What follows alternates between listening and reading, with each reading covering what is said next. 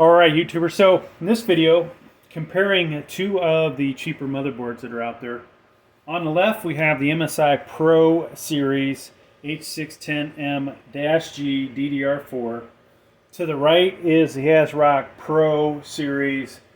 This is the B660m Pro RS, okay? Sorry, forgot the exact title. Now, this is one of the cheapest B660Ms you can get out there. It cost me, I think, $119. There's some cheaper ones.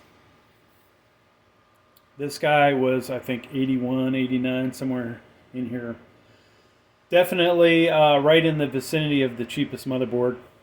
So we've had the Gigabyte H610m on here, and we've had a Asrock H610m on here.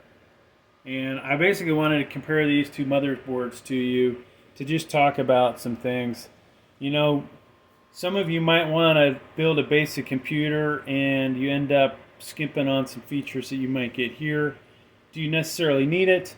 You know, that's questionable, and there's a lot of it depends and all that stuff you could go through. But let's just start with the some CPUs that you might be looking at, okay?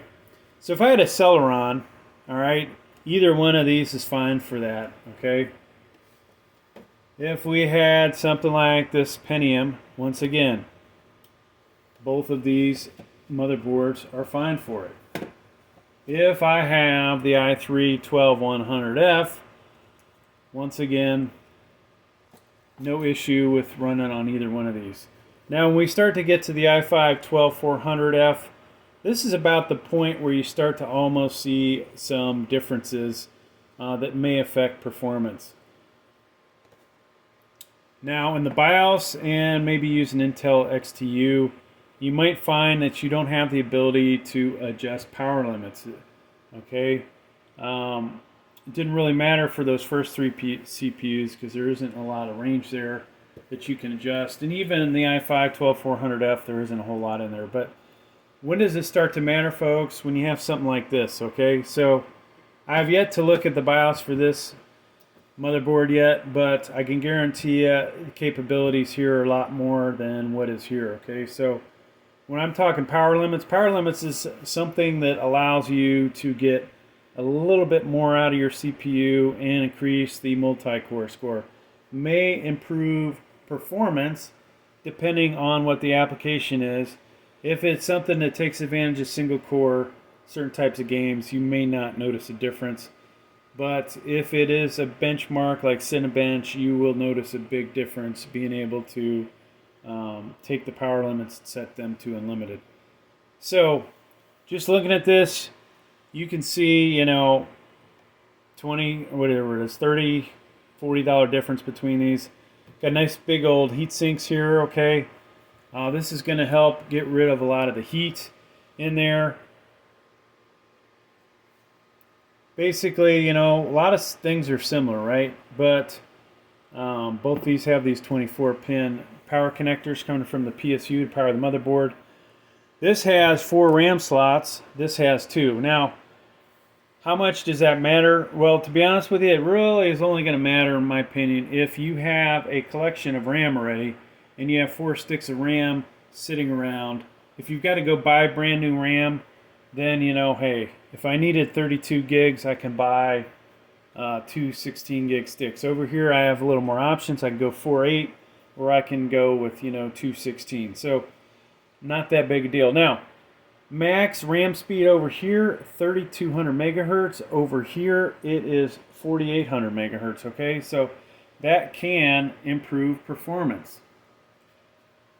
M.2 over here is only Gen 3. This is Gen 4.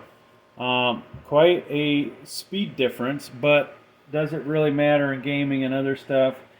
In my opinion, not as big a deal. Okay, neither one of these cheap motherboards feature Wi-Fi, but they do both have spots to get a Wi-Fi card. This also, if you look at the different PCIEs, so we've got 4.0 here, 3.0 here. This is better, excuse me, this one's better for the future. For upgrading, this one has a little bit more ability for you because you have the extra PCI 3.0 here. But both of these would allow you to have something like a Wi-Fi card. Let me find one of those real fast, if I can find one. All right, maybe I won't be able to find one, folks, but I thought I had one lying around. So Wi-Fi cards take up USB 2.0 spots. This one has extra ones, 2 of them, where this board only has 1. So that's kind of a negative. You need one set for your case. If you need it for a Wi-Fi card, then you have to pick one or the other. Most likely, if you want the Wi-Fi, you're not going to have USB 2.0s in the front of your case working if you go with something like this, okay? So, CPU power connector, there's only a 1x8 on these, so something like this is not really ideal for both of these from that aspect if you really wanted to tap into it. But this one is definitely better suited for the better CPUs. Now, an i9 12900K, i7 12700K, not good really for either one of these. Though you will see the manufacturer says these will work, and yours truly has put a 12600K on a H610m. Of course, performance was not as good. SATAs, both of these have 4 spots for additional drive, so it's kind of a wash there. This one has some nice lighting to it where you don't have that with that one. But is that really a big deal? Not necessarily. So really it comes down to a lot of the features. You could definitely post higher FPS with this motherboard than you will with this guy if you buy the more expensive RAM. This is pretty much a wash here, folks, as far as your connectors. Nothing really spectacular. This does have more USB 3.0s on it. If we move this up so you can see them. The good motherboard, the better motherboard's up top, okay? So you can see pretty much all the same stuff. Nothing spectacular there. A few more connectors. And folks, that's about really the major differences. Without looking at the BIOS, there will be some other things in there. But really, this one is going to handle heat better. This one is definitely better for, gaming than this guy is going to be. If you're going to go super cheap, Celeron Pentium, stick with something like this. It doesn't benefit you to spend all that money on that. And I doubt, too many people are going to run 32 gigs of RAM or 64 gigs of RAM with a Celeron or a Pentium. So 2 RAM slots would be good for you there. But yeah, that's the major differences, folks. Hopefully that helps some of you. Feel free to ask questions down below, and I will try to answer them as I have time available. The other aspect that we didn't talk about, this guy has a lot more fan headers. So you'll be able to keep your case cooler with that. Now that doesn't mean that you couldn't get fans with Molex connectors, but